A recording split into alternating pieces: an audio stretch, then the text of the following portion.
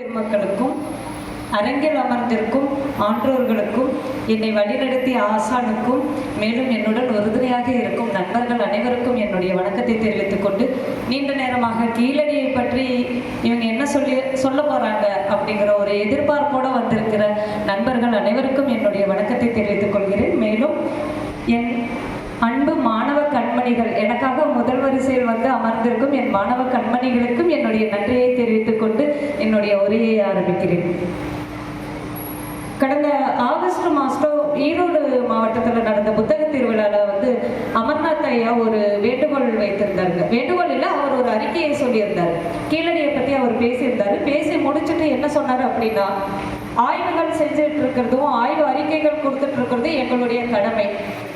அந்த கடமையை நாங்கள் வந்து காலத்துக்கு அந்தந்த காலகட்டத்துக்கு நாங்கள் ஆவணப்படுத்துவோம்.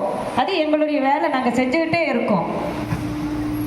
இந்த ஆய்வு அறிக்கைகளை மக்கள்கிட்ட கொண்டு போய் சேர்க்கிற முக்கியமான பணியை எடுத்துக்கிறது யார் அப்படின்னு சொல்லி பார்த்தோன்னா, பத்திரிகையாளர்களும் எழுத்தாளர்களும் அப்படின்னு சொல்லிட்டு ஈரோடு மாவட்ட புத்தக திருவிழாவில் அவர் வந்து குறிப்பிட்டிருந்தார்.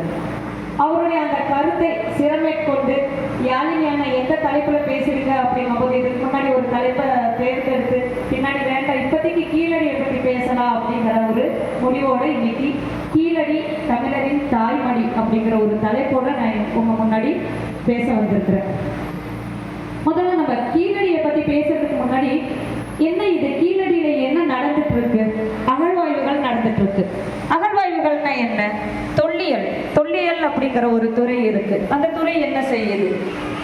பல லட்சம் ஆண்டுகள், மில்லியன் ஆண்டுகளுக்கு முன்னாடி வாழ்ந்த மக்கள் என்னெல்லாம் பயன்படுத்தினாங்க, அவங்க என்ன பொருட்கள் எல்லாம் வச்சிருந்தாங்க அப்படின்னு மண்ணுக்குள்ள புதைத்து போன அந்த பொருட்களை தோண்டி எடுத்து அதோடைய காலம் எவ்வளவு ஆண்டுகள் அப்படிங்கிறத கணக்கிட்டு அந்த காலத்தை வைத்து அங்கு வாழ்ந்த, அந்த சமூகத்தில் வாழ்ந்த, அந்த மண்ணில் வாழ்ந்த மக்களின் தொன்மையை உலகுக்கு தெரிவிக்கிற ஒரு பணியை தான் இந்த தொல்லியல் துறை செய்து கொண்டு வருகிறது. அதில் தான் வந்து இந்த அகழ்வாய்வுகள் அப்படிங்கிறதெல்லாம் இருக்கு. இந்த தொல்லியல் அகழ்வாய்வு செய்யும் போது மக்கள் வாழ்ந்த தொன்மை, அந்த பழங்காலத்தை வந்து இரண்டு பெரும் பிரிவுகளாக பிரிக்கிறாங்க. என்ன அப்படின்னு சொல்லி பார்த்தோம்னா, முதலாவதா வரலாற்றுக்கு முந்தைய காலம் அப்படிங்கிறது. இது எல்லாமே நம்ம வரலாற்று புத்தகத்தில் சிறு வயதில் படித்தது தான். ஒரு சின்ன உங்களுக்கு எல்லாமே ஒரு ஞாபகப்படுத்தி விட்டுட்டு அதுக்கப்புறமா கீழடிக்குள்ள போகிறேன்.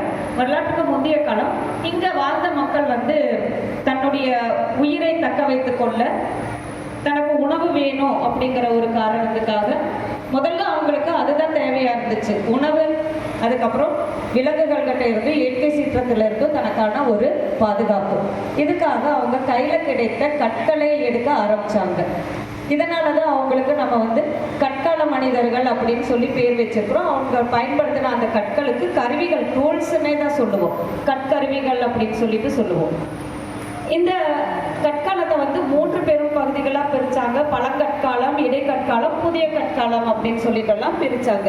பழங்கற்காலத்தில் எப்படி இருக்கோ, ஒரு கல்லை எடுத்தாங்க. இடைக்கற்காலத்தில் இன்னும் கொஞ்சம் கல்லோடு அவங்க வேட்டையாடி விலங்குகள் கிடைச்சதுக்கப்புறம் அம்புகள், விலங்குகளுடைய அம்புகள்லேருந்து ஆயுதங்கள் எல்லாம் செய்ய ஆரம்பித்தாங்க. அதுக்கப்புறமா புதிய கற்காலம் அப்படிங்கும்போது அந்த கல்லையெல்லாம், ஒரு கரடு முரடாக இருந்த கல்லையெல்லாம் தன்னுடைய கைக்கு சாதகமாக, தன ஒரு வேட்டை சமயத்தில் அந்த கல்லு தன் கையை விட்டு நழுவி போகாமலோ, இல்லை ஒரே பாய்ச்சல்ல ஒரு விலங்கை வந்து குத்தி கிழிச்சு அதோடைய மாமிசத்தை சாப்பிட்ற அளவுக்கு தங்களுக்கு பழக்கப்படுத்திக்கிற மாதிரி டெக்னாலஜியை கொண்டு வந்தாங்க. அதுதான் வந்து புதிய கற்காலம் அப்படின்னு சொல்லிட்டு சொல்றது. வரலாற்று காலத்தில் 2 இருந்தது, பழைய கற்காலம். அதில் இப்போ அடுத்ததாக இருக்கிறது வந்து வரலாற்று காலம் அப்படின்னு சொல்லி சொல்லுவோம். இது வரைக்கும் கற்கால மனிதர்கள் பயன்படுத்திட்டு வந்தது எல்லாமே கருவிகளை வச்சு காலத்தை ஒரு மாதிரி கார்பன் டெஸ்டிங் மாதிரி கணக்கீடு செய்து அந்த கற்கருவிகளுடைய அமைப்புகளை வச்சு இது எந்த காலம் அப்படின்ற எல்லாமே வந்து ஒரு அனுமானத்தில் அந்த கார்பன் டெஸ்டிங் மூலமாக அதோடைய கால கணக்கீடு செய்யப்பட்டு வந்துச்சு. அதுக்கு அடுத்ததாக வந்த காலம் வந்து வரலாற்று காலம் அப்படின்னு சொல்லிட்டு சொன்னாங்க. வரலாற்று காலம் அப்படின்னு சொல்றாங்க எல்லாமே டாக்குமெண்டேஷன். எங்க போஸ்கோ சார் தான் அடிக்கடி சொல்லுவாங்க, எல்லாமே ப்ராப்பர் டாக்குமெண்டேஷன் இருக்கணும் அப்படின்னு சொல்லிட்டு. அந்த மாதிரி தான் இவங்க வந்து என்ன பண்ணியிருக்கிறாங்கன்னா, எல்லாத்தையுமே ஆவணப்படுத்தி இருக்கிறாங்க. மனிதர்கள் முதலில் ஆவணப்படுத்த ஆரம்பித்தது பாறை ஓவியங்கள்னு சொல்லப்படுற ஒரு விஷயம் தான், குகை ஓவியங்கள். ஆய்வாளர்கள் வந்து அந்த ஓவியங்கள் கிடையாது, அது வந்து ஒரு வகையான எழுத்துக்கள் அப்படின்னு தான் சொல்லுவாங்க. நாடோடியா வாழ்ந்த மனிதன் அந்த குகை தலங்கள்ல அங்க தன்னுடைய வேட்டைக்கு கிடைக்கக்கூடிய பொருட்கள்ல இருந்து அங்க தனக்கு எதெல்லாம் ஆபத்து தரக்கூடிய உயிரினங்கள் வரைக்கும் அனைத்தையும் புரிந்து கொள்வதற்கான ஏதுவான ஒரு அவங்களுடைய மொழியா தான் வந்து அந்த பாறை ஓவியங்கள் இருந்திருக்குது. அதுக்கப்புறமா பெருங்கற்கால பண்பாடு அப்படின்னு சொல்லிட்டு வந்துச்சுங்க. இந்த பெருங்கற்கால பண்பாடு தான் வந்து இரண்டாம் கட்ட நகரமயமாதல் அப்படின்னு சொல்லிட்டு சொல்லுவாங்க. இந்த பெருங்கற்கால பண்பாட்டுல இருந்து அதெல்லாம் வந்து ஆரம்பமாச்சு. பெருங்கற்காலம் அப்படின்னு சொல்லி என்னன்னு பார்த்தோம்னா, ரொம்ப பெரிய பெரிய கற்களை கொண்டு வந்து ஒரு நினைவு சின்னங்கள் வந்து எழுப்புவாங்க. எங்க அப்படின்னா, தன்னுடைய இனக்குழுவுக்காக உயிர் விட்ட தலைவன் இறந்த இடத்துல பெரிய கற்களை நட்டு அவனுடைய அந்த ஈம இடத்தை வந்து அவங்க அடையாளப்படுத்துவாங்க. இதை வந்து பெருங்கற்காலம்னு சொல்லுவாங்க. இந்த பெருங்கற்கால சின்னங்கள் இருக்கிற இடங்களை அகழ்வாய்வு செய்யும் போதுதான் நமக்கு அங்கெல்லாம் என்ன கிடைக்குதுன்னா, அவங்க பயன்படுத்தின பொருட்கள் கிடைக்க ஆரம்பிச்சது. அந்த பொருட்களை மேற்கொண்டு ஆய்வுக்கு உட்படுத்தும் போதுதான் வந்து மக்களுடைய தொன்மை, மக்களுடைய பழமை என்ன, அவங்க என்ன மாதிரியான பொருட்கள் எல்லாம் பயன்படுத்திட்டு இருந்தாங்க அப்படிங்கிற எல்லா விஷயமும் தெரிஞ்சுது. இந்த இடத்துல தான் இந்த இரண்டாம் கட்ட நகரமயமாதல் அப்படிங்கிற இடத்துல தான் உலோகங்களுடைய பயன்பாடுகள், மனிதர்கள் வந்து நிலையான ஒரு வாழ்க்கை முறையில இருந்தாங்க அப்படிங்கிறது, அதுக்கப்புறமா விவசாயம் விவசாயத்தை பத்தினது, இது எல்லாத்தையுமே வந்து நம்ம தெரிஞ்சுக்க ஆரம்பிச்சோம். பெருங்கற்காலத்துல உலோகங்களுடைய பயன்பாடு அப்படிங்கிறத வந்து நம்ம பார்க்கலாம். நம்ம பெரும்பாலும் வந்து இரும்பின் பயன்பாடு அப்படின்னு சொல்லிட்டு பேசுவோம் இல்லைங்களா. இரும்பின் பயன்பாடு உலக அளவில் வந்து பிரதானமாக இருந்துச்சு அப்படின்னாலும், தமிழகத்தில் நமக்கு உலோகங்கள், இந்த பெருங்கற்காலத்தில் கிடைத்த உலோகம் என்ன அப்படின்னு சொல்லி பார்க்கும்போது தங்கம் தான் வந்து முதன்மை இடத்தை பெற்றுச்சு. தங்கம் தான் அதிக அளவில் தமிழகத்தில் கிடைத்த ஒரு உலோகமாக இருந்து வந்துச்சு. அதுக்கப்புறம் தங்கத்தில் நமக்கு கீழடியில் பார்த்தோம்னா தகடுகள் கிடைச்சிருக்கு. இந்த நெத்தி பட்டைகளில் போடுற தகடுகள் மாதிரி கிடைச்சிருக்கு. பொன் கட்டிகள் கிடைச்சிருக்கு. அது பெண்களுடைய பெயர் இடம்பெற்ற பொன் கட்டிகளாக கூட நமக்கு கீழடியில் அகழ்வாய்வுகளில் தங்க கட்டிகள் எல்லாமே கிடைச்சிருக்கு. அடுத்ததாக வந்து இரும்பு காலம். இரும்பு காலம் அப்படிங்கிறதுக்கு கீழடி அகழ்வாய்வு மட்டும் இல்லை, ஆதிச்சநல்லூர், கொடுமணல், இந்த மாதிரி அனைத்து பகுதிகளிலுமே இரும்பினுடைய பயன்பாட்டை சொல்ற நிறைய தரவுகள் வந்து நமக்கு கிடைச்சிருக்கு. தமிழகத்துல நிறைய இடங்கள்ல இரும்பு ஆலைகள், ஃபேக்டரிஸ் வந்து அப்பவே இருந்திருக்கு. இதுக்கு உதாரணமா நம்ம கொடுமணல் பகுதியே சொல்லலாம். கொடுமணலுடைய நொய்யலாற்றங்கரையில கிடைத்த அந்த கருப்பு மற்றும் செம்மண் கலந்த அந்த மண்ணுல நமக்கு இரும்பு தாது நிறைய இருக்கிற இரும்பு தாது இரும்புக்கான மூலப்பொருள் வந்து அதிகமா இருந்திருக்கு. அப்ப அந்த இரும்புக்கான மூலப்பொருளை என்ன பண்ணிருக்கிறாங்கன்னா, அந்த நொய்யலாற்றங்கரையிலேயே வந்து உலைகளை ஏற்படுத்தி அந்த உலைகளை அந்த மண்ணிலிருந்து இயற்கையான முறையில் இரும்பை பிரிச்செடுத்து அந்த உருக்கின இரும்பை ஒரு மட்கலத்தில் சேகரித்து அதை வந்து கருவிகளாக பயன்படுத்தி இருக்கிறாங்க. இந்த இரும்பு கருவிகளை வாங்குறதுக்கு நொய்யலாற்றின் வழியாக, பாலக்காட்டு கணவாய் வழியாக அரேபிய நாட்டிலிருந்தும் எகிப்திலிருந்தும் ஏகப்பட்ட அயல்நாட்டு வணிகர்கள் வந்திருக்கிறாங்க அப்படிங்கிறதுக்கு நமக்கு சங்க இலக்கியங்கள் சான்றுகளாக இருந்துட்டே இருக்குதுங்க. இந்த இரும்பை வந்து எப்படி பிரிச்செடுத்தாங்க அப்படின்னா, 1100 டிகிரி செல்சியஸ்ல அதை கொதிக்க வச்சு அந்த இரும்பை பிரிச்சு எடுத்தாங்க. ஏன் வந்து வெளிநாட்டுல இருந்து வணிகர்கள் இங்க வந்து இந்த இரும்பை வாங்க வந்தாங்க? உலகம் முழுக்க இரும்பு கிடைக்குதுன்னு சொல்றோம், ஏன் இங்க கொடுமணலுக்கு அவ்வளோ ஒரு டிமாண்ட் இருந்துச்சு அப்படின்னு சொல்லி பார்க்கும்போது, கொடுமணல்ல கிடைத்த இரும்பு இயற்கையான முறையில் பிரித்தெடுக்கப்பட்டது. எந்த உலோக கலவையும் இல்லாம இயற்கையிலிருந்து எடுக்கப்பட்ட இரும்பு.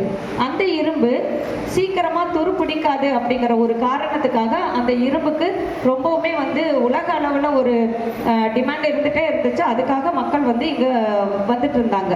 இந்த இரும்புல வாள், ஈட்டி, இந்த மாதிரியான ஆயுதங்களும், கம்பி, ஆணி, இந்த மாதிரியான பொருட்களும் அங்கே கிடைத்த ஈமத்தாளிகள்ல கிடைச்சிருக்கு. இது வந்து இரும்பின் பயன்பாடு நமக்கு பெருங்கற்கால காலத்துல எந்த அளவுக்கு இருந்துச்சு அப்படிங்கிறதுக்கான அகழ்வாய்வினுடைய ஒரு ஆணித்தரமான ஒரு முடிவு. அடுத்ததா வெண்கல காலம் அப்படின்னு சொல்லுவாங்க. வெண்கலம் எப்படி அவங்க உலோகங்கள்ல வந்து எப்படி பண்ணாங்க அப்படின்னா 8 பங்கு செம்பும் 1 பங்கு தகரம் இதை சேர்த்து வந்து வெண்கலம் தயாரிச்சாங்க. நமக்கு நிறைய வெண்கல பொருட்கள் அப்படின்னு சொல்லி பார்த்தோம்னா விளக்குகள், வாள், கரண்டி, இந்த மாதிரியான நிறைய பொருட்கள், கிண்ணங்கள், அந்த கிண்ணங்களுக்கான மூடிகள், இது எல்லாமே வந்து நமக்கு கிடைக்குது. அடுத்ததா உலக அளவுல சிந்துவெளி நாகரிகத்திலேயே கூட நமக்கு அதிக அழகமா கிடைச்ச உலோகம் அப்படின்னு சொல்லி பார்க்கும்போது செம்பு. ஆனா அந்த செம்பு தமிழகத்துல அந்த அளவுக்கு பயன்பாட்டுல இருக்குல்ல. உலக அளவுல செம்பு வந்து முதன்மையா இருந்தாலும் தமிழகத்துல செம்பின் பயன்பாடு கம்மியா தான் இருந்திருக்கு. ஆனா செம்பினால் செய்யப்பட்ட பொருட்கள் கிடைச்சிருக்கு. அது ஆய்வாளர்கள் என்ன சொல்றாங்க அப்படின்னா, இங்க தயாரிக்கப்பட்ட ஒரு உலோகமா செம்பு இருந்திருக்க வாய்ப்பில்லை, அது வணிகத்தின் மூலமா இங்க வந்திருக்கும் அப்படிங்கிறது ஆய்வாளர்களுடைய ஒரு கருத்தா இருக்கு. அந்த செம்புல பார்த்தோம் அப்படின்னா உளி, சுத்தியல், வாள், அதுக்கப்புறமா ஊசி, இந்த மாதிரியான விஷயங்கள் எல்லாமே வந்து செம்புல செஞ்சிருந்திருக்கிறாங்க. இது எல்லாமே வந்து உலோகங்களுடைய பயன்பாடா இருந்திருக்கு. கடைசியா இந்த இப்போ வரைக்கும் நான் அகழ்வாய்வுகளை பத்தி மட்டும்தான் பேசிட்டு இருக்கிறேன். நான் கீழடிக்குள்ள போகவே இல்லை. பொதுவா நீங்க ஒரு மேலோட்டமான ஒரு கருத்தை தெரிஞ்சுக்கோங்க, அதுக்காக தான் நான் சொல்லிட்டு இருக்கிறேன். இந்த அகழ்வாய்வுகள் இதையெல்லாம் வந்து நம்ம எப்படி அறுதிட்டு இவங்க சொல்லியிருக்கிறாங்க, இந்த அகழ்வாய்வுல ஒரு பொருள் வருது, இந்த பொருளை வந்து இவங்க பயன்படுத்தி இருக்கிறாங்க அப்படிங்கிறத அகழ்வாய்வு முடிவுகளை மட்டும் வச்சு நம்ம ஏற்றுக்கொள்ளக்கூடியது கிடையாது. இதுக்கான சில மூலக்கூறுகள் இருக்கு. என்ன அப்படின்னு சொல்லி பார்த்தோம்னா இலக்கியங்கள். நம்ம கிட்ட இருக்கிற மிக தொன்மையான செம்மையான சங்க இலக்கியங்கள் வந்து அகழ்வாய்வுகளில் கிடைக்கிற ஒவ்வொரு பொருளுக்குமான ஆதாரமாக இருந்துட்டே இருக்குது. இப்போ நிறைய இடங்கள்ல தாளிகள் கிடைக்குது இல்லைங்களா?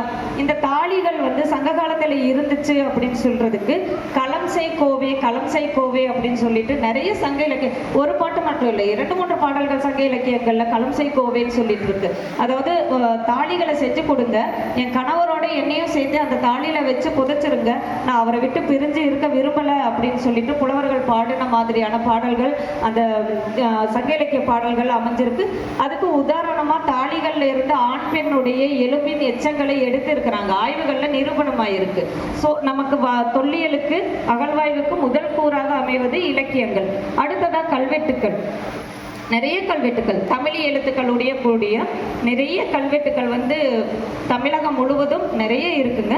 இதில் நம்ம ஈரோடு மாவட்டம் அப்படி பார்க்கும்போது அரச்சலூர்ல இசை கல்வெட்டு அப்படின்னு சொல்லுவாங்க. அந்த இசை கல்வெட்டு வந்து ரொம்ப சிறப்பான ஒரு விஷயம். நடனத்துல வர்ற அந்த ஜதியை வந்து அவங்க வர்க்கமா எழுதியிருப்பாங்க. வர்க்கம் அப்படின்னு சொல்லி பார்த்தோம்னா இடமிருந்து வளமாக பார்த்தாலும், மேலிருந்து கீழாக பார்த்தாலும், குறுக்காக பார்த்தாலும், எப்படி பார்த்தாலும் தாத்தை தைத்தா அப்படின்னா அந்த தாத்தை தைத்தா தான் 4 விதத்திலையும் வந்திருக்கும். அந்த நடனத்தோட ஜதியோட சேர்ந்து பாடலோட சேர்ந்து வந்திருக்கும். அவது யார் இயற்றுனது அப்படின்னு சொல்லி அந்த கல்வெட்டை அந்த அளவுக்கு வந்து ஒரு நுட்பமான ஒரு வரிகளை யார் கொடுத்தாங்க அப்படின்னு சொல்லி பார்த்தோம்னா இங்க இருந்த ஒரு மணி வணிகர் தான் வந்து அதை வந்து செஞ்சிருக்கிறாரு. இது வந்து கொடுமணலுக்கு பக்கத்துல அரச்சலூர் இருக்கிறதுனால அங்க இருக்கிற ஒருத்தர் வந்து செஞ்சிருக்கிறாரு அப்படிங்கிறது நமக்கு கல்வெட்டுகள் மூலமா அப்போ மணி வணிகம் செய்யறவங்க இருந்திருக்கிறாங்க அப்படிங்கிறது நிரூபணம் ஆகுது. எழுத்துக்கள் வந்து நிரூபணம் ஆகுது. இது எல்லாமே வந்து இந்த ஆய்வுகளுக்கு சப்போர்ட்டிவ் டாக்குமெண்ட்ஸ் அப்படிங்கிற மாதிரி. அடுத்ததா காசுகள். நான் சொல்லியிருந்தேன் இல்லைங்களா, வெளிநாட்டுல இருந்து மக்கள் வந்து இங்க பொருட்கள் இரும்பெல்லாம் வாங்கிட்டு போனாங்க அப்படின்னு சொல்லிட்டு. அது சும்மா சொல்லிட முடியாது இல்லையா? இங்க ரோம் நாட்டிலிருந்து வரப்பட்ட நாணயங்கள், அப்படி குடமா எடுக்கப்பட்ட நாணயங்கள் தமிழகத்துல ஏராளம். அந்த நாணயங்கள் எல்லாம் தான் வந்து நம்மளுடைய வணிகம் கடல் கடந்தும் இருந்திருக்கு அப்படிங்கிறதுக்கு சான்றுகளா இருந்திருக்கு. கடைசியா கட்டடங்கள் தான் நமக்கு இது நாள் வரைக்கும் சொல்லிக்கொண்டு இருந்தது. சிந்து சமவெளியில் ஹரப்பா மொஹஞ்சதாரோவில் மக்கள் வாழ்ந்ததற்கான சீரான கட்டிட அமைப்புகள் இருந்தது. பெண்கள் குளிப்பதற்கான குளியலறைகள் இருந்தது. இது கட்டிடம் கட்டி வாழ்ந்து கொண்டிருந்தார்கள். அதனால் இந்தியாவில் மூத்த நாகரீகம் சிந்து சமவெளி நாகரீகம் அப்படிங்கிற ஒரு வரலாற்றை தான் நமக்கு இவ்வளவு நாளா சொல்லி கொண்டு இருந்தாங்க. ஏன் இதுக்கு முன்னாடி சொல்லலை அப்படின்னா கீழடியில அகழ்வாய்வு நடக்கல. சிந்து சமவெளியுடைய நாகரிகம் கிமு 6ஆம் நூற்றாண்டுல செழிப்பா இருந்துச்சு அப்படின்னு சொல்லிட்டு நமக்கு சொல்லப்பட்டிருந்த ஒரு விஷயம். அந்த காலகட்டத்தில் தமிழகத்துல மக்கள் எப்படி இருந்தாங்க அப்படின்னு சொல்லி பார்த்தோம்னா கிமு 3ஆம் நூற்றாண்டு தான் இந்த 2ஆம் நகரமயமாதல் அப்படிங்கிற ஒரு விஷயமே நடக்குது. அப்போ கிமு 6க்கும் 3க்கும் இடைப்பட்ட இந்த காலகட்டத்துல தமிழகத்துல வாழ்ந்த மக்கள் வேட்டை சமூகமாகவும் அவங்க வேட்டை சமூகமாகவும் நாடோடிகளாகவும் இந்த மாதிரி பெருங்கற்கால பண்பாட்டிற்கு பழக்கப்பட்டிராத ஒரு சமூகமாக இங்க வாழ்ந்து கொண்டிருந்தார்கள் அப்படிங்கிற ஒரு கருத்துக்கள் தான் சொல்லப்பட்டிருந்துச்சு கீழடியில அகழ்வாய்வு நடக்கிற வரைக்கும். அந்த இடத்தையெல்லாம் வந்து இந்த இரும்பு கால பண்பாடு, இரும்பு பயன்பாடு, இந்த மாதிரியான விஷயங்கள் தான் வந்து இருந்துகிட்டே இருந்துச்சு. கடைசியாக கீழடியில் நடந்த அகழ்வாய்வுகளுடைய முடிவுகள் 2014ஆம் ஆண்டு ஆரம்பிக்கப்பட்டு 2023ஆம் ஆண்டு வரை நடைபெற்ற 9 கட்ட அகழ்வாய்வுகளின் முடிவுகளிலிருந்து நமக்கு கிடைக்கப்பட்டிருக்கிற ஒரு செய்தி, சிந்து சமவெளி நாகரிகம் கிமு 6ஆம் நூற்றாண்டில் 2ஆம் கட்ட நகரமயமாதலில் இருந்தது. அதற்கு இணையாகவே வைகை நதி கரையில் கீழடி எனும் இடத்தில் செய்யப்பட்ட இந்த அகழ்வாய்வுகளின் முடிவாக கீழடியிலும் தமிழகத்திலும் கிமு 6ஆம் நூற்றாண்டில் 2ஆம் கட்ட நகரமயமாத வாழ்க்கைக்கு மக்கள் அவ்வளவு பண்பாடு நிறைந்த வாழ்க்கை முறையை கொண்டிருந்தார்கள் அப்படின்னு சொல்றாங்க. கீழடி எங்க இருக்கு? கீழடிக்குள்ள போயிடலாம். கீழடி எங்க இருக்குன்னு சொல்லி பார்த்தோம்னா மதுரை மாவட்டத்துல, மதுரையிலிருந்து தென்கிழக்கா போனோம்னா ஒரு 13 கிலோமீட்டர்ல கீழடி அப்படிங்கிற ஒரு இடம் இருக்கு.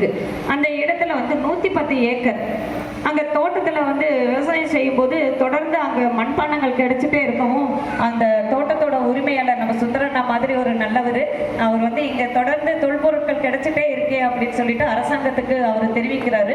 2014ஆம் ஆண்டு மத்திய அரசு பெங்களூர்ல இருந்து ஒரு குழு வராங்க, தொல்லியல் குழு வராங்க. அவங்க வந்து அங்க ஆய்வுகள் மேற்கொள்றாங்க. முதல் 2, 3ஆம் கட்ட ஆய்வுகள் நடத்துறாங்க. ஏராளமான பொருட்களை வந்து அவங்க அங்க எடுக்கிறாங்க. அந்த முதல் 3 கட்டத்திலேயே பார்த்தோன்னா 7800க்கும் மேற்பட்ட தொல்பொருட்களை வந்து அவங்க எடுத்து ஆவணப்படுத்தி இருக்கிறாங்க. அதுக்கப்புறமா 4ஆம் கட்ட ஆய்வுல இருந்து இந்த பணியை வந்து தமிழ்நாடு தொல்லியல் துறை கையில எடுக்கிறாங்க. 4ஆம் கட்ட ஆய்வுல இருந்து 9ஆம் கட்ட ஆய்வு வரைக்கும் ஒவ்வொன்றுலையும் வந்து பார்த்தோன்னா 4ஆம் கட்ட ஆய்வுல 5000க்கும் மேற்பட்ட பொருட்கள், இந்த மாதிரி தான் எல்லாம் ஆயிரக்கணக்கான தொல்பொருட்களை வந்து எடுத்து ஆவணப்படுத்தி அதை எல்லாத்தையுமே ஒரு அறிக்கையா தந்திருக்கிறாங்க.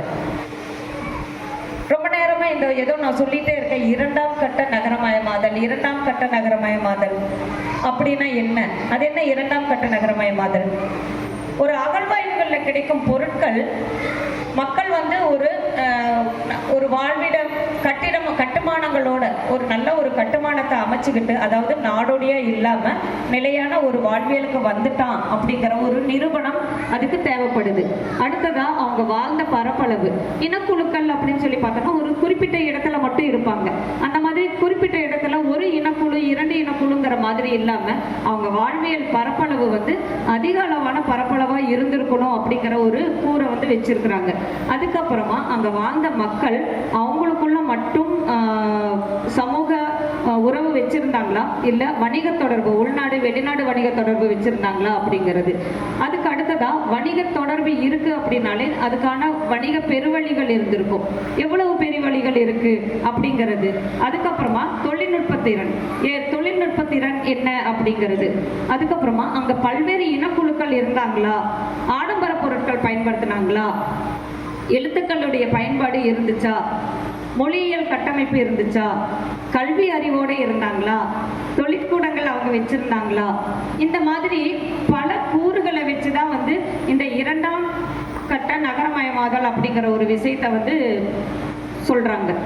அப்ப இதெல்லாமே இருந்துச்சா அப்படிங்கிறதுக்கு கீழடியில 110 ஏக்கர் நிலப்பரப்புல இப்ப வரைக்கும் இந்த 9 கட்ட ஆய்வுகள்ல நம்மளுடைய தொன்மையை கிமு 6ஆம் நூற்றாண்டு வரைக்கும் கொண்டு சேர்த்த அந்த நிலப்பரப்பு எவ்வளவு அப்படின்னு பார்த்தோம்னா 110 ஏக்கர்ல வெறும் 15% இடத்துல மட்டும்தான் தொல்லியல் ஆய்வுகள் இது வரைக்கும் நடைபெற்றிருக்கு.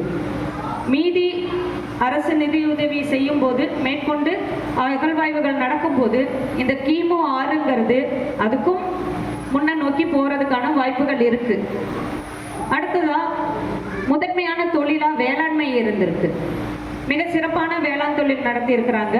வேளாண்மையில தன்னுடைய சமூகத்துக்கு போதிய உணவு போக உபரியா வர்ற உற்பத்தியை சேகரித்து வைக்கிறதுக்கான தொழிற்கூடங்கள் வந்து கீழடியில இருக்கிறதுக்கான ஆதாரங்கள் கிடைச்சிருக்கு. வேளாண் தொழிலுக்கு கோயிலுக்கு தேவையான இரும்பு பொருட்கள், அருவாள், இந்த மாதிரியான இரும்பு பொருட்கள் எல்லாம் அங்க செஞ்சிருக்கிறாங்க. இது எல்லாமே அந்த ஆய்வுகள்ல கிடைச்சிருக்கு. அடுத்ததா வேளாண் தொழிலுக்கு உறுதுணையா இருக்கிற 2ஆம் கட்ட தொழிலா வந்து கால்நடை வளர்ப்பு இருந்திருக்கு. எப்படின்னா அங்க கிடைத்த எலும்புகள்ல 53% எலும்புகள் வந்துட்டு திமில் இருக்கிற காளையுடைய எலும்பு, பசு, எருமை, வெள்ளாடு, இதோடைய எல்லாத்துடைய எலும்புகளும் வந்து நமக்கு அங்க கிடைச்சிருக்கு. அப்போ வேளாண் சமூகத்துல மக்கள் கால்நடைகளை பயன்படுத்தி அவங்க வேலை பார்த்தாங்க அப்படிங்கிறது நமக்கு தெரிய வருது. முதலா வாழ்வியல் நமக்கு உணவுக்கான ஒரு ஆதாரத்துக்கு தொன்மையை சொல்லியாச்சு. அடுத்ததா மனிதனுடைய அடிப்படை தேவைகள்ல அடுத்ததா சொல்றது உணவுக்கு அப்புறம் இருப்பிடம் சொல்லுவோம் இல்லைங்களா. இருப்பிடத்துக்கு பார்த்தோம்னா கீழடியில கிடைத்த அந்த சுவர், அந்த வீடுகள் வந்து செங்கலும் சுண்ணாம்பு சாந்தும் கலந்து செஞ்சிருக்கிறாங்க. செங்கலுடைய நீள அகலங்கள் எல்லாம் பார்த்தோம் அப்படின்னா 38, 23, 6 இந்த அளவுல இருந்துச்சு. நல்ல அகலமான செங்கல்கள், பருமனான செங்கல்களை வச்சு கட்டியிருக்கிறாங்க. அந்த சுவர்கள்ல வந்து சுண்ணாம்பு சாந்து போட்டிருக்கிறாங்க. சுண்ணாம்பு சாந்துல சுண்ணாம்பு வந்து 97% சுண்ணாம்பு வந்து இருந்திருக்கு. அது வந்து அந்த சுவருடைய கெட்டித்தன்மையை வந்து அதிகப்படுத்தும் அப்படிங்கிறது ஆய்வாளர்கள் சொல்லியிருக்கிறாங்க. அடுத்ததா அந்த வீடுகளுடைய தரைத்தளம் வந்து சன்னமான களிமண்கள்னால செஞ்சிருக்கிறாங்க. முறை ரொம்ப அழகா ஒரு நம்ம மார்பிள் போட்ட மாதிரி ஒரு தரையை வந்து ரொம்ப அழகா செஞ்சிருக்கிறாங்க. இது மட்டும் இல்லாம அவங்க வந்து கூரைகள் வச்சிருக்கிறாங்க. கூரை வேயறதுக்கு மரச்சட்டங்கள் பயன்படுத்துறாங்க. அந்த மரச்சட்டங்களுக்கு பிரியாம இருக்கிறதுக்காக ஆணிகள் பயன்படுத்தி இருக்கிறாங்க. சட்டங்களுக்கு மேல மேற்கூரைகள் போடும்போது அங்க ஓடுகள் செஞ்சிருக்கிறாங்க. அந்த ஓடுகள்ல நீர் வழியிற மாதிரியான கைகளாலேயே பள்ளங்கள் செஞ்சு நீர் மழை அதிகமா வந்துச்சுன்னா மேல தேங்கி நிக்காத வர மாதிரி ஓடுகளையும் அவங்க செஞ்சிருக்கிறாங்க. அந்த ஓடுகள்ல துளையிட்டு இருக்கிறாங்க. அந்த துளை எதுக்கு அப்படின்னா அதிக அளவு காத்தடிக்கும் போது ஓடுகள் பறக்காம இருக்கிறதுக்கு அது சணல் மூலமா கட்டி இருக்கிறாங்க. இவ்வளவு டெக்னாலஜியோட ஒரு வீடு கட்டி தான் நல்ல விதமா வாழ்ந்திருக்கிறாங்க. அடுத்ததா கட்டிடங்கள் அப்படிங்கிறதுனால நான் உரைக்கிணறு அப்படிங்கிற விஷயத்த நான் இங்கேயே சொல்லிடுறேன். நம்ம கீழடியில வந்து உரைக்கிணறுகள் கிடைத்த வண்ணம் இருந்துகிட்டே இருக்கு. உரைக்கிணறுனா என்ன? இது வந்து சுடுமண்ணால தான் செஞ்சிருப்பாங்க. வளையமா வச்சிருப்பாங்க. ஒரு இடத்துல நல்ல ஓரளவுக்கு ஆழமா தோண்டும் போது நமக்கு சுனை நீர் மாதிரி தண்ணி வர ஆரம்பிக்கும் இல்லைங்களா. அந்த இடத்துல நல்ல அகலமா வட்டமா அந்த இடத்துல வச்சிருவாங்க. அதுக்கு மேல வளையங்கள், சுடுமண்ணாலான வளையங்களை வச்சிருவாங்க. இது எந்த அளவுக்கு அப்படின்னா அந்த தண்ணி ஊற்று நீர் மாதிரி சுனை மாதிரி மேல வந்துடும். கீழடியில நிறைய தொழிற்கூடங்கள் இருந்திருக்கு. வேளாண் தொழிற்கூடம் இருந்திருக்கு, நெசவு தொழிற்கூடம் இருந்திருக்கு. அதுக்கப்புறம் பெருநாட்டு வணிகர்கள் வந்து போறதுக்கான எல்லாருமே இருந்ததுனால அங்க குடிநீர் வந்து வேணும் அப்படிங்கிறதுனால அது சுனை நீரா இருக்கணுங்கிறதுக்காக அங்க வந்து நீருக்கான உரைக்கிணறுகள் செய்யப்பட்டிருக்கிறாங்க. இந்த உரைக்கிணறுகள் அமைந்த இடங்களில் எல்லாமே தொழிற்கூடங்கள் இருந்ததுக்கான ஆதாரங்கள் அகழ்வாய்வுகள்ல கிடைக்குது. அடுத்ததா உணவுக்கு வந்துடலாம். அதுல மட்பாண்டங்கள் மக்களோட வாழ்வியல்ல மிகவும் முக்கியமான ஒரு இடம் பெற்றது மட்பாண்டங்கள் அப்படின்னு தான் சொல்லுவோம். இங்க வந்து பானை வனையும் தொழிற்கூடம் இருந்திருக்கு. தொழிற்கூடம் அப்படின்னா ஏன் தொழிற்கூடம்? பானைகளை என்ன செய்வோம்? ஒரு அடுப்புல தீ மூட்டி பானையை செய்வோம். இதுக்கு எதுக்கு தொழிற்கூடம் அப்படின்னு சொல்லி பார்த்தோம்னா அங்க கிடைச்ச பானைகள் அந்த மாதிரி கருப்பு சிவப்பு ஆரம்ப காலகட்டத்தில் கிமு 6ஆம் நூற்றாண்டுல வந்து சாம்பல் நிற பானை கிடைச்சிருக்குது. அந்த சாம்பல் நிற பானை முதல்ல ஆரம்ப காலகட்டத்தில் அந்த சாம்பல் நிற பானை கிடைச்சிருக்கு. அதுக்கப்புறமா கருப்பு சிவப்பு நிற பானை கிடைச்சிருக்கு. கருப்பு நிறத்துக்கு கரியை பயன்படுத்திருக்கிறாங்க. ஹெமடைட் அப்படிங்கிற ஒரு கனிமத்தை அந்த சிவப்பு நிறத்துக்கு பயன்படுத்திருக்கிறாங்க. அந்த ரெண்டு நிறமும் வரணும் அப்படிங்கிறதுக்காக அந்த பானைகளை 1100 டிகிரி செல்சியஸ்ல கொதிக்க வச்சு அதுக்கப்புறம் தான் அந்த நிறத்தையே வந்து உருவாக்கி இருக்கிறாங்க. இதனாலதான் அங்க அந்த 1100 டிகிரி செல்சியஸ் அளவுக்கு அங்க வெப்பத்தை ஏற்படுத்தக்கூடிய தொழிற்கூடங்கள் அங்க இருந்திருக்கு. அடுத்ததான் அங்க சிறப்பா வந்து ஒரு ஆய்வாளர்கள் ரொம்ப குழம்பி போன விஷயம் என்ன அப்படின்னா இந்த பானைகள்லயே ரவுலட் பானை அப்படிங்கிறது. ரவுலட் பானை என்னன்னு சொல்லி பார்த்தோம்னா ரோம் நகரத்துல இந்த மாதிரியான பானைகள் பயன்படுத்துவாங்க. அப்போ ரோம் நகரத்துடைய வணிகர்கள் இங்கே அதிகமாக வந்தாங்களா அப்படின்னு சொல்லும்போது இல்லைங்க, நம்ம மக்கள் வந்து அவங்க டெக்னாலஜியை கற்றுக்கிட்டாங்க. அந்த ரவுலட் வகை பானையோட மண் என்ன அப்படின்னு சொல்லி பார்த்தோன்னா அது வந்து கீழடியில் கிடைத்த மண்ணு தான் இருக்குது. அவங்களுடைய தொழில்நுட்பத்தை பயன்படுத்தி அதை செஞ்சுருக்கிறாங்க. அடுத்ததான் மனிதனுக்கு தேவையான ஆடைகளுக்கு நம்ம நெசவு தொழில் அங்கே இருந்திருக்கு. நூல் நூற்றல், பாவ அமைத்தல், தறி அமைத்தல், நெசவுக்கு பின்னாடி சாயம் போடுறது, இது எல்லாத்துக்குமான உதாரணங்கள் அங்கே அகழ்வாய்வுகளில் கிடைச்சிருக்கு. தக்களிகள் கிடைச்சிருக்கு. துணிகளில் டிசைன் போடுறதுக்கு எலும்புலான தூரிகைகள் கிடைச்சிருக்கு.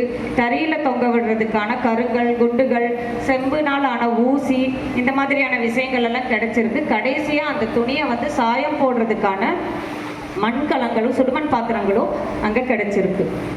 உணவு, உடை, உறைவிடம் இதெல்லாம் முடிஞ்சதுக்கு அப்புறமா ஒரு சமூகம் நல்ல விதமாக வாழ்ந்துச்சு, அறிவோடு இருந்துச்சு அப்படிங்கிறதுக்கு எழுத்துக்கள் மிக முக்கியமான ஒரு பங்கு வகிக்குது. கீழடியில் நமக்கு கீழடியுடைய நாகரிகத்தையும் சிந்துவெளி நாகரிகத்தையும் இணைக்கும் பாலமாக இருக்கிறது கீழடியில் கிடைக்கிற குறியீடுகள். சிந்துவெளி நாகரிகத்தில் கிடைக்கிற குறியீடுகளில் பெரும்பாலான குறியீடுகள் கீழடி குறியீடுகளோட ஒத்துப்போகுது அப்படிங்கிறது ஆய்வாளர்களுடைய ஒரு நிரூபணமாக இருக்குது. அந்த குறியீடுகளை தொடர்ந்து தமிழ் எழுத்துக்களையும் பானை மனையும் தொழிலாளர்களே செஞ்சுருக்கிறாங்க. நேற்று கூட ஒரு ஸ்பீச்சில் நான் கேட்டேன், அசோகர் காலத்தில் அரசருடைய ஆணையை பிராகிருத மொழியில் அதுக்கு பயன்படுத்தப்படுற வரி வடிவத்தை வந்து பிராமி எழுத்துன்னு சொல்லுவாங்க. அதே பிராமி எழுத்து நம்ம கீழடியில் இருக்கிற மட்பாண்டங்களில் கிடைச்சிருக்கு. ஆனால் அதோடைய மொழி வந்து தமிழ் மொழி. இந்தியாவில் இருக்கிற, வடக்கில் இருக்கிற, ஸ்ரீலங்காவில் இருக்கிற எல்லா கல்வெட்டுகளும் பிராகிருத மொழிக்கான வரி வடிவத்தை பயன்படுத்தி இருக்கிறாங்க. இங்கே வந்து தமிழ் மொழிக்கு சிறப்பான எழுத்து வடிவமான தமிழியை வந்து பயன்படுத்தி இருக்கிறாங்க. இந்த தமிழ் எழுத்துக்கள் பானைகளில் மட்டும் இல்லாமல் குகை கல்வெட்டுக்கள், மோதிரங்கள், காசுகள், இந்த மாதிரியான பல இடங்களில் கிடைக்குது. இதில் நம்ம சில தமிழர்களுடைய பெயர்களும் கிடைக்குது. குவிரன், ஆதன், அதன், திசன், சந்தன், கோதை, சேந்தன், உத்திரை, இந்த மாதிரியான நிறைய பெயர்கள் தமிழர்களுடைய அவங்கவுங்க ட்ரேட்மார்க், அவங்க பேரை வந்து அந்த பானையில் போட்டு அவங்க செஞ்சுருக்கிறாங்க. சமூகம் நல்ல விதமாக வாழ்ந்துருக்குது. இங்கே ஒரு சமூகம் செழிப்பாக இருக்குது அப்படிங்கிறதுக்குள்ள அடுத்ததாக ஆடம்பர பொருட்கள் வந்து தவறாத ஒரு இடத்தை பிடிக்கும். இங்கே தங்கத்தாலான நிறைய பொருட்கள் கிடைச்சது. முன்னமே சொல்லியிருந்த செம்பு அணிகலன்கள் இருக்குது. நிறைய கல்மணிகள், மதிப்பு மிகுந்த மணிகள், கண்ணாடி மணி, சங்கு வளையல்கள், சங்குனால செஞ்ச சீப்பு, தங்கத்தாலான சீப்பு, சுடுமண் ஆபரணங்கள், இந்த மாதிரியான பொருட்கள் எல்லாமே கிடைச்சிருக்கு. வெளிநாடு தொடர்புகளுக்கு நமக்கு துறைமுகங்கள், தென்கிழக்கு ஆசிய நாடுகள், இலங்கை, வளைகுடா, எகிப்து, ரோம், இந்த மாதிரியான வெளிநாடுகளோட வணிகம் செய்து இருக்கிறாங்க. ஏற்றுமதி, முத்து மணிகள், இந்த மாதிரியான ஏற்றுமதியும் நடந்திருக்கு. நறுமண திரவியங்கள் இறக்குமதியும் நடந்திருக்குது. வணிக பெருவழிகள் நிறைய இருந்திருக்குது. இது எல்லாத்துக்குமே வந்து நமக்கு அங்கே ஆதாரங்கள் கிடைச்சிட்டே இருக்கு. பொழுதுபோக்கு அம்சங்களா அங்கே மக்கள் தன்னுடைய பொழுதுபோக்குக்காக பாண்டி விளையாடி இருக்கிறாங்க, தாயம் விளையாடி இருக்கிறாங்க, சிறுவர்கள் வண்டி சக்கரம் எல்லாம் பயன்படுத்தி விளையாடி இருக்கிறாங்க அப்படிங்கிறது தெரியுது. சுடுமண் பொம்மைகள் நிறைய வச்சு விளையாடி இருக்கிறாங்க. அதுல நிறைய விலங்குகளுடைய உருவங்கள் இடம்பெற்றிருக்குது. சுடுமண் பொம்மைகள்ல நிறைய விலங்குகளுடைய உருவங்கள் இடம்பெற்றிருக்கே தவிர அங்கே எந்த ஒரு கடவுள் வழிபாட்டுக்கான ஒரு ஆதாரமும் கிடைக்கல. கீழடியில பல இனக்குழு மனிதர்கள் வாழ்ந்திருக்கிறாங்க. அந்த இனக்குழு எப்படி இருந்துச்சு அப்படின்னா அவங்க தொழில் சார்ந்த இனக்குழுவாக தான் இருந்ததே தவிர அங்கே ஜாதியோ மதமோ இருந்ததற்கான எந்த ஒரு அடையாளமும் இல்லை.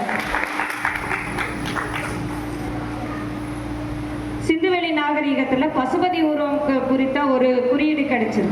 ஆனால் இங்கே அந்த மாதிரி எதுவுமே கிடைக்கல அப்படிங்கிறது தான் வந்து ஆய்வாளர்கள் சொல்கிறாங்க. இங்கே இருந்த கடவுளெல்லாம் பார்த்தோம் அப்படின்னா சங்க இலக்கியங்களில் சொல்லப்படுற சேயோன், மாயோன், வேந்தன், வருணன், கொற்றவை, இவங்கெல்லாம் தான் நம்ம தெய்வங்களாக இருந்திருக்கிறாங்க. இவங்களுக்கு மதம் கிடையாது, ஜாதி கிடையாது. இவங்க குறிஞ்சி நிலத்துக்கு சேயோனும், முல்லை நிலத்துக்கு மாயோனும், மருத நிலத்துக்கு வருணனும், வேந்தனும், நெய்தல் நிலத்துக்கு வருணனும், இந்த மாதிரியான பாலை நிலத்துக்கு கொற்றவையும் தாயாக இருந்துதான் நம்ம மக்களை வழிநடத்தி இருக்கிறாங்களே தவிர வேற எந்த மத ஜாதி சாயமும் பூசப்படாத ஒரு இடம் இந்த இடம் அப்படிங்கிறத நான் சொல்லி என்னுடைய உரையை முடிப்பதற்கு முன்னாடி இந்த அறிக்கைகள் எல்லாமே வந்து பீட்டா பகுப்பாய்வு சோதனை ஆய்வகம் அமெரிக்காவில் இருக்கிற ஒரு ஆய்வகத்துல இருந்து சொல்லியிருக்கிறாங்க. டெக்கான் கல்லூரி புனே வேளாண்மையை பற்றின அந்த ஆய்வுகளை வந்து உறுதியாக அந்த காலக்கணிப்பை சொல்லி சொல்லியிருக்கிறாங்க. இத்தாலியில் இருக்கிற பைசா யூனிவர்சிட்டியில இருந்து மட்பாண்ட தொழில்நுட்பங்களுடைய ஆய்வறிக்கைகளை உறுதிப்படுத்தியிருக்கிறாங்க. இந்த மாதிரி வெளிநாடுகளில் உறுதிப்படுத்தப்பட்ட ஆய்வறிக்கைகள் மூலமா நம்மளுடைய தொன்மை இதுவரைக்கும் கீழடியில் இருக்கிற 110 ஏக்கர்ல 15% கிமு 6 வரைக்கும் நம்ம போயிருக்கோம். மீதி நிலப்பகுதியை அகழ்வாய்வு செய்யும் போது நாம் இன்னும் தமிழர்கள் உலகமே வியந்து பார்க்கும் அளவில் நாம் வருவோம் என்பதை இங்கு நான் கூறிக்கொண்டு இந்த அவையை இந்த வாய்ப்பளித்த அனைவருக்கும் என்னுடைய நன்றி பாராட்டி